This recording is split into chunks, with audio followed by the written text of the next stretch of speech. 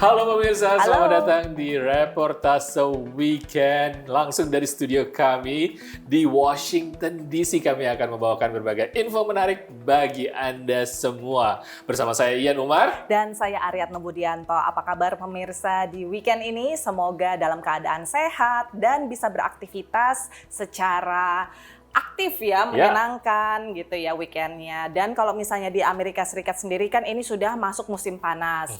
Walaupun sekarang cuaca lumayan bikin keringetan. Tapi memang walaupun cuaca semakin panas, ini justru menjadi sebuah insentif bagi warga di Washington DC untuk keluar ruangan, beraktivitas di luar ruangan. Ya, walaupun panas, tapi kita senang berada di luar. Karena tentunya dengan cuaca hangat banyak sekali yang bisa dilakukan. Jalan-jalan kuliner, ke tempat-tempat baru, sepeda, ataupun juga ada yang suka olahraga, banyak sekali. Dan juga ada liputan seperti itu hanya di Reportase Weekend. Peter Angdika adalah seorang mahasiswa tuli dari Indonesia yang menggapai mimpinya untuk kuliah di Amerika. Ia berhasil mendapatkan beasiswa dan baru saja lulus program pasca sarjana untuk program Sign Language Education di Gallaudet University di Washington DC. Sebagai bagian dari program Bulan Sepeda Nasional, yaitu bulan Mei, National Landing Business Improvement District, lembaga kerjasama publik dan swasta di kawasan Virginia Utara yang tidak jauh dari ibu kota Washington DC, membuka bengkel sepeda dadakan gratis untuk menggalakkan pemakaian sepeda sebagai moda transportasi yang ramah lingkungan.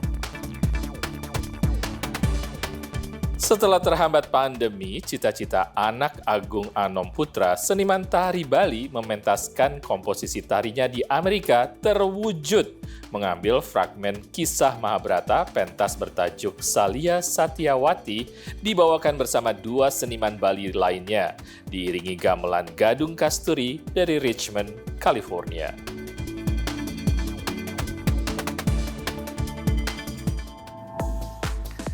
Pemirsa, beberapa waktu lalu kami sempat melaporkan prestasi dari salah satu mahasiswa Indonesia, mahasiswa tuli Indonesia yang bersekolah di sini di tingkat pendidikan tingkat tinggi, yaitu Surya Sayatapi. Dia adalah juga putra dari selebriti Dewi Yul dan Ray Sayatapi. Dan ini adalah sebuah prestasi yang membanggakan karena meskipun dia adalah seorang tuli, tapi dia berhasil meraih gelar S2 di Rochester Institute Technology University di New York. Ini adalah prestasi yang sangat membanggakan ya. Betul, Ian. Dan kalau misalnya kita lihat ketika itu Surya sedang wisuda, dia tampil di atas panggung, ada seorang mahasiswa Indonesia tuli lainnya, yaitu Peter Angdika. Dan ia juga baru lulus dari program S2 untuk pendidikan bahasa isyarat dari Gallaudet University di Washington DC. Gallaudet University adalah universitas khusus untuk warga tuli di ibu kota.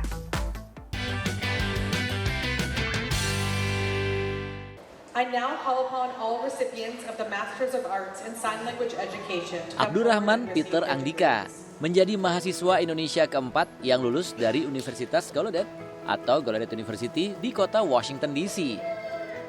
Peter adalah seorang mahasiswa tuli. Pertengahan bulan Mei 2023, ia diwisuda sebagai lulusan pascasarjana jurusan Sign Language Education. Turut hadir Duta Besar Indonesia untuk Amerika Serikat, Rosan Ruslani beserta istri, Ayu Heni Rosan, mewakili keluarga. Senang, bahagia, terharu, dan ada yang mengetuk hati saya. Dia sekolah itu dibiayain oleh dari pemerintah Jepang. Pertama saya dengarnya bangga dia mendapatkan kuliah, tapi di satu sisi saya juga kok malah pemerintah Jepang gitu. Jadi ada terketuk hati saya juga gitu. Dan dia mengutarakan ingin melanjutkan ke S3. Ya, jadi saya sampaikan insya Allah maju terus untuk S3-nya. Nanti kami anggapnya kita orang tuanya dan kita yang akan memberikan jaminan kepada support kepada sekolah ini. Alhamdulillah sesudah itu dia mendaftar dan akan melanjutkan S3-nya.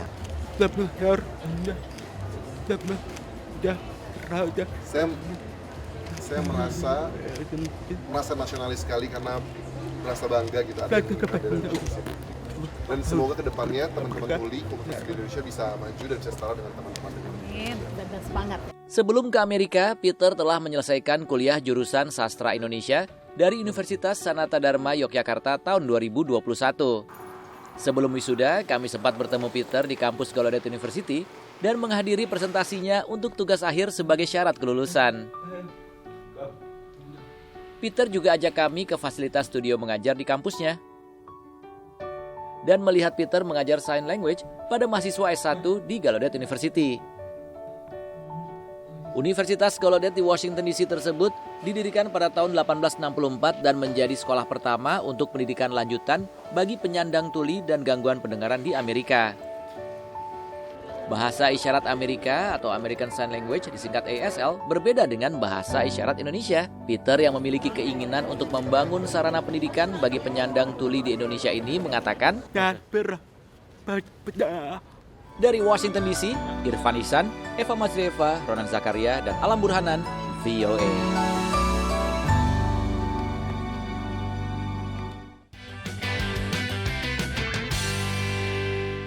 Ya, tadi kita melihat Surya dan juga Peter, ini rasanya bangga sekali dan ini merupakan sebuah bukti bahwa selama kita punya niat atau cita-cita atau tekad yang kuat untuk melakukannya, maka disabilitas atau keterbatasan itu mungkin bukan jadi halangan. Memang tantangan tapi bukan halangan. Ya, selamat. Dan mimpi ya, itu Betul. mimpinya Peter juga untuk meraih gelar S2 dan itu memang terwujud dengan kerja kerasnya. Dan ternyata memang sayangnya pemirsa, banyak sekali mahasiswa tuli atau disabilitas yang datang ke sini ke Amerika menjajaki pendidikan tinggi. Karena memang faktanya di Indonesia masih kurang tersedianya infrastruktur dan juga fasilitas pendidikan tingkat tinggi para penyandang disabilitas ini.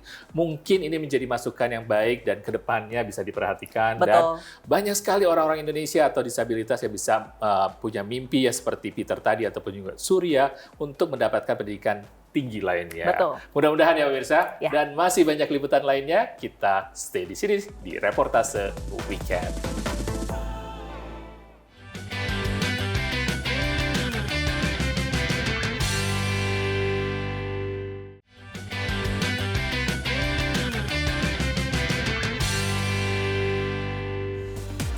Pemirsa, Anda masih menyaksikan Reportase Weekend dari Studio VOA di Washington DC. Dan kalau misalnya ngomong-ngomong soal Washington DC, mungkin yang terbersit dalam benak Anda adalah gedung-gedung ikonik Washington DC. Misalnya gedung Capitol, itu gedung DPR Amerika Serikat, atau gedung Putih, itu kediaman dan juga kantornya Presiden Amerika Serikat, atau museum-museum Smithsonian yang memang terkenal gratis. Tapi berhubung Washington DC itu sebuah kota, salah satu yang paling majemuk di Amerika Serikat, maka hal-hal ikonik itu tergantung dari komunitas etnik ya. Jadi misalnya kalau pecinan gitu ya, gedung-gedungnya itu semua bertulisan dengan aksara Tiongkok gitu ya. Dan kalau misalnya kita ngobrol-ngobrol soal etnis atau ragam bangsa di sini, tentu juga nggak kalah penting adalah ngomong soal kulinernya. Makanya kita mengajak jalan-jalan pemirsa.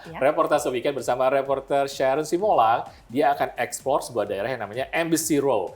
Namanya Embassy Row berarti banyak sekali embassy yang ada kedutaan yang ada di sekitar daerah tersebut. Tapi juga ada kulinerannya. Kita lihat yuk.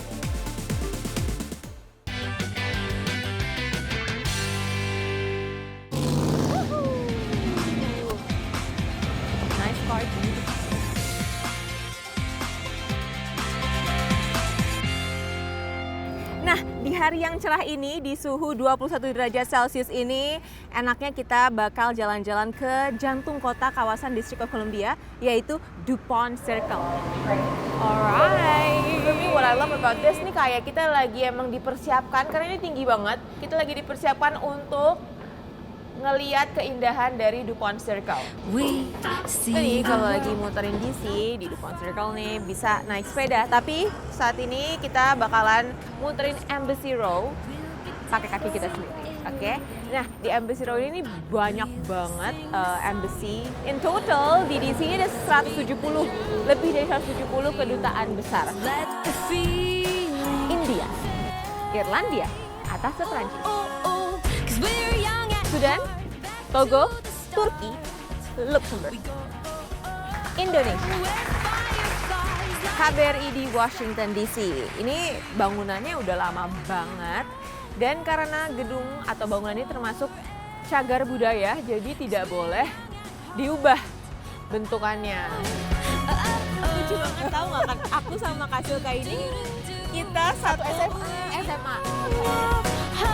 Paling menyenangkan itu aku bisa jalan-jalan dengan bebas ya, maksudnya kayak gini, mau dari satu tempat ke tempat lain kita bisa jalan kaki aja gitu, mau jauh juga sebenarnya nggak kerasa karena kan jalannya enak, pavementnya luas gitu ya.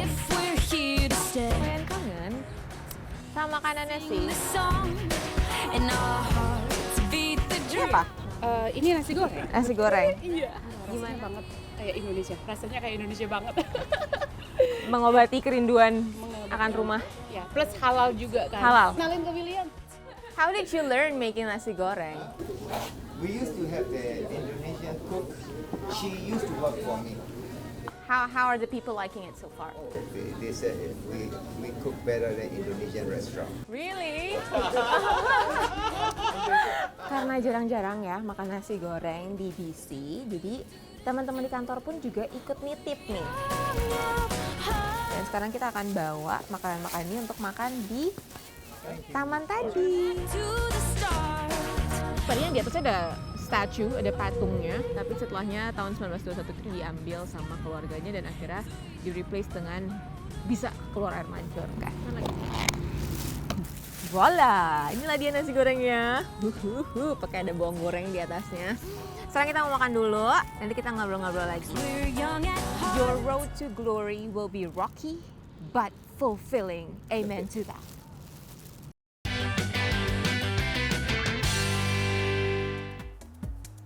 Itu daerah favorit saya pemirsa waktu pertama kali datang ke Amerika, explore daerah Dupont Circle dan juga Embassy Road, terus langsung ke Kedutaan Besar Indonesia untuk sholat Jumat. Karena dulu mereka menyediakan tempat untuk sholat Jumat bersama di Kedutaan Indonesia. Namun sekarang sudah tidak ada lagi. Enak loh dulu karena setelah sholat Jumat ada jajanan pasar Indonesia. Namun sekarang sudah tidak ada lagi. Ada pilihan lainnya sih sebenarnya untuk sholat Jumat di daerah tersebut. Dan sebenarnya memang di Washington DC itu banyak sekali yang bisa dieksplor ya. Betul, nggak hanya dengan jalan kaki seperti Sharon tadi, tapi juga dengan bersepeda misalnya. Karena di sini banyak sekali sistem bike share atau berbagi sepeda, dan ini merupakan sebuah insentif bagi orang-orang untuk saling bertukar dan juga menyewa sepeda. Dan bahkan bisa bersepeda sampai agak keluar dari Washington DC sedikit pun masih bagus kok, masih indah. Dan kita ngomong-ngomong berkunjung ke Arlington, Virginia yang tidak jauh dari Washington DC pemirsa, karena di situ ada sebuah bengkel sepeda gratis dadakan yang dilakukan di sebuah kawasan yang baru dibangun yaitu National Landing. Kita langsung ikuti laporannya.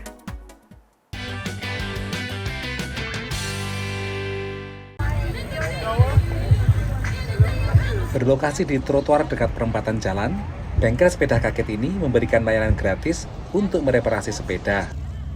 Bengkel ini bagian dari program Bulan Sepeda yang diadakan oleh National Landing Business Improvement District, sebuah lembaga kerjasama publik dan swasta untuk mengembangkan kawasan Virginia Utara yang mencakup Crystal City, Pentagon City, dan Potomac Yard. Anyone in the community is welcome to bring their bicycle here for a free tune-up provided by Conti's Bike Shop, a new retailer in our neighborhood at Metropolitan Park. For this program and all of our Bike Month programming is to celebrate our National Landing's robust commitment to bike culture. We have bike trails throughout our district and we're very well connected to surrounding neighborhoods and downtown Washington, D.C. Sejak dibuka pagi hari, para penggowes sudah berdatangan dan antri menunggu sepedanya diperiksa dan direparasi. Kate Levin membawa sepedanya ke sini untuk disetel ulang. Because I usually just don't find the time or prioritize getting my bike taken care of, but it's great just to have an event where we can all come and get it taken care of at the same time. For free too is a huge benefit. Bengkel gratis ini hanya melayani perbaikan dan tidak mengganti onderdil sepeda yang rusak dengan yang baru. Selain itu, penggowes bisa bertanya apa saja tentang sepeda kepada mekanik sepeda profesional dari Conti's Bike dan Phoenix Bikes, dua toko dan bengkel sepeda yang berpartisipasi dalam program ini. lot of times it's fixing, it's inflating tires to the proper pressure. It's just making some minor adjustments to brakes and to shifting, and just like identifying, like asking them what problems they're having with their bikes and fixing those problems. Maybe it's squeaky brakes or the gears, they're not reaching their complete range of gear. Kawasan National Landing di Arlington County yang tengah menggeliat ini merupakan pusat bisnis dan pemukiman yang dirancang ramah bagi pengguna sepeda. I love in Arlington how it is very bike friendly and there's so many bike trails and bike paths. But I think we're lucky here to have that kind of infrastructure.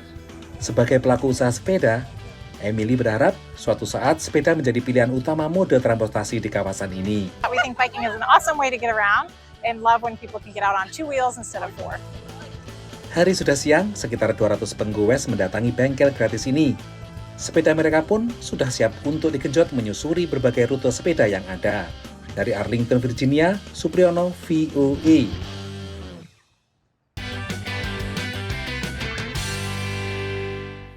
Tuh yang hobi goes, kalau datang ke Amerika ada banyak kok pilihannya. Mungkin nggak perlu bawa sepedanya, rental juga di sini ada. Jadi banyak sekali tempat-tempat yang untuk dieksplor. Jadi nggak cuma di DC, ternyata di situ juga berbatasan dengan negara bagian Maryland dan juga Virginia, ataupun juga kota Arlington seperti tadi yang sibuk sekali ya. Betul. Jadi ini membuat orang semakin bergairah untuk bersepeda kembali, termasuk juga saya. Apalagi kalau misalnya di Washington DC itu kan banyak instansi pemerintah ya, dan di situ juga digalakan untuk bike to work. Belum lagi perusahaan-perusahaan swasta juga menggalakkan bike to work ini kadang-kadang beberapa kali dalam sebulan, selama bulan-bulan cuacanya enak nih kayak sekarang ini, antara April hingga mungkin Oktober gitu. Jadi pemirsa, ini exciting sekali untuk bisa mencoba bersepeda di Amerika Serikat. Dan reportase Weekend akan segera kembali setelah pesan berikut.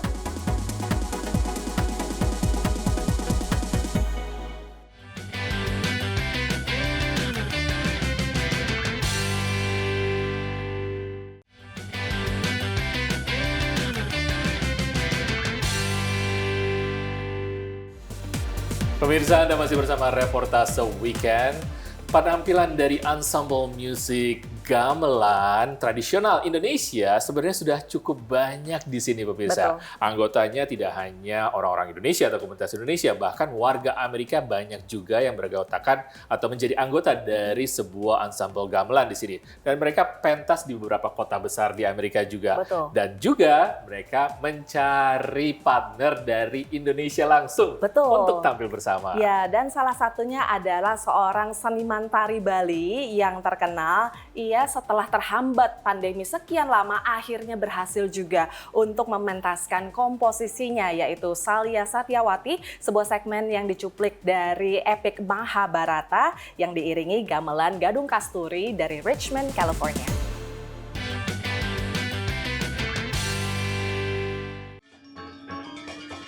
Yang tertariknya di sini adalah kesetiaan seorang perempuan. Kesetiaan seorang perempuan terhadap suaminya yang dia belum ketahui dengan jelas kebaikannya suaminya itu. Bagaimana seorang perempuan begitu tulus dan ikhlasnya dia terhadap yang ada di dunia ini. Kisah cinta Salya Satyawati menjadi daya tarik warga Amerika pencinta seni dan budaya Bali yang datang ke Hillside Community Church di El Charrito, California. Tari kreasi dari kisah Mahabharata ini digarap anak Agung Anom Putra sejak sekitar 3 tahun lalu. Menurut seniman tari dari Bali ini, tantangan terberat adalah menuangkan penafsiran dari berbagai buku Mahabharata yang dibacanya ke dalam bentuk gerak. Hampir setiap malam memikirkan bagaimana sih saya bisa mentransfer penafsiran Salya Satyawati. Pakar tari baris yang akrab disapa Anom Baris ini mengambil kisah saat Salya akan berangkat perang agar tari yang ditampilkan tidak monoton. Seperti disampaikan Raden Ayu Sukmawati, istri Anom Baris yang memerankan Satyawati. Nah itu di endingnya setelah kita Salyawati itu tahu bahwa Salya itu akan gugur dalam berperang, namun dia tidak mau mengikuti saran dari istri. Di sana ada klima, ada sedih, ada marah, ekspresi saya jadinya semua keluar di endingnya itu. Sendra tari ini diiringi oleh gamelan Gadung Kasturi, kelompok gamelan yang berbasis di Richmond, California. Iketut Chater, komposer musik sendra tari ini mengakui diperlukan kesabaran melatih pemain gamelan yang kebanyakan adalah warga Amerika dan bukan seniman penuh waktu seperti di Bali. Makanya kita menyesuaikan orang di sini. Bagaimana kemampuannya dia, kita harus luar biasa, harus sabar sekali. Kalau untuk mengajar seorang tuh kita harus cari kemampuannya. Apalagi ketiga seniman Bali ini hanya berlatih bersama mereka selama 2,5 minggu, seperti dijelaskan Ken Worthy, pemain suling gamelan Gadung Kasturi. They came here late. We'd had to do it all so fast. It's been actually almost more exciting.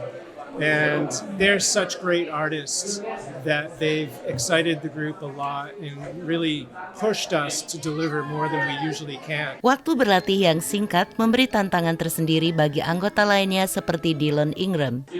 What is the hardest part of it?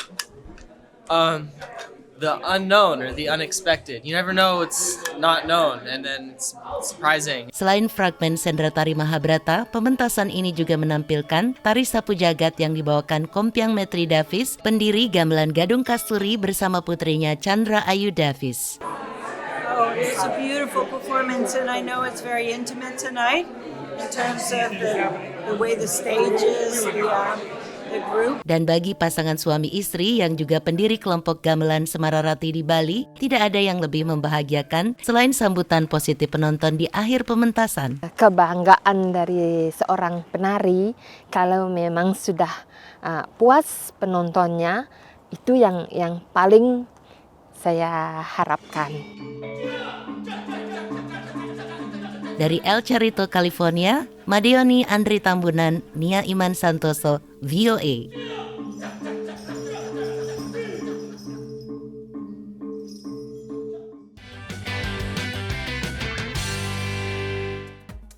Ya luar biasa, dan Bapak Anak Agung Anom Putra ini juga menerima penghargaan dari Pesta Kesenian Bali ya tahun 2022.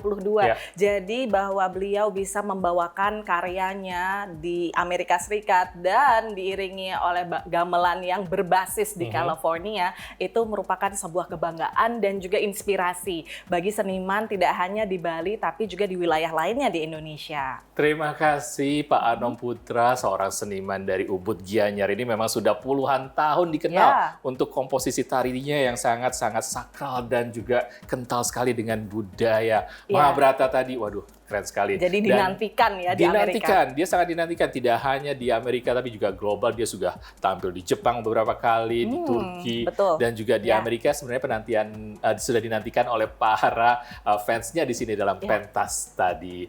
Dan senang sekali juga kita sudah menemani Anda selama 30 menit dengan berbagai berita dan informasi menarik hanya di Reportase Weekend. Tapi kita harus pamit dulu. Saya Ian Umar. Dan saya Aryatna Budianto. Tapi kami tidak lupa untuk mengundang Anda untuk mengikuti media sosial VOA Indonesia dengan handle VOA Indonesia tentunya untuk menyaksikan berbagai liputan dari VOA. Terima kasih atas perhatian Anda dan sampai ketemu lagi di Reportase Weekend minggu depan.